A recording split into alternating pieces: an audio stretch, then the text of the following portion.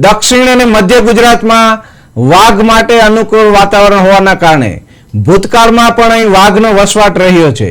હાલ રતનમાળ વિસ્તારમાં એક વાઘ સ્થાયી થયો હોવાની માહિતી સામે આવી છે. માનવામાં આવે છે કે આ વાઘ મધ્યપ્રદેશમાંથી અહીં આવ્યો છે અને અનુકૂળ પરિસ્થિતિ હોવાથી અહીં જ સ્થાયી થયો છે. હાલના વિસ્તારમાં પૂરતું પાણી ઉપલબ્ધ છે અને મારણ માટે સાબર તથા ચિત્તલ જેવા શિકાર પ્રાણીઓની પણ વ્યવસ્થા કરવામાં આવી છે.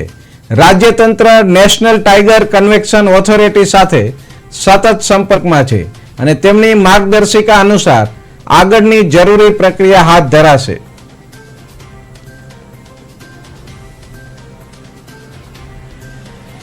છે સાઉથ ગુજરાત અને સેન્ટ્રલ ગુજરાતનો એ વાઘની વસ્તી માટે અનુકૂળ તો છે જ, અને ભૂતકાળમાં પણ વર્ષો પહેલાં અહીંયા વાઘનો વિચરણ હતો.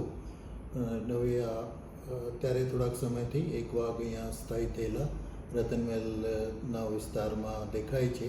અને અમારો અંદાજ એ છે કે એમપીમાં જે વાઘની વસ્તી છે, જે અત્યારે કહીએ છીએ કે tiger out of tiger area છે, તો એનાથી બહાર પણ ઘણા બધા ટાઈગરની વસ્તી અત્યારે છે.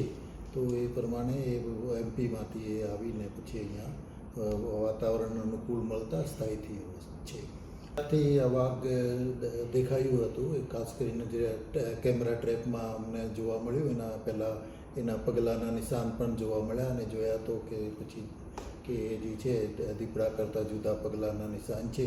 પછી અમે આખા હેબિટેટનું આકલન કર્યું અને એમાં જે છે એને પ્રવેશ છે કે નહીં, પાણીની ઉપલબ્ધતા છે કે નહીં, એ બધી બાબતોનું આકલન કર્યું અને એ પ્રમાણે ત્યાં જે છે પૂરતા પ્રમાણમાં પ્રવેશ ઉપલબ્ધ છે. અને અત્યારે પછી ચોમાસામાં અમે એમાં સાબર અને ચિત્તલનું વધારાનું પણ એમાં રિલીઝ કરેલ છે, જેથી એને પ્રવેશ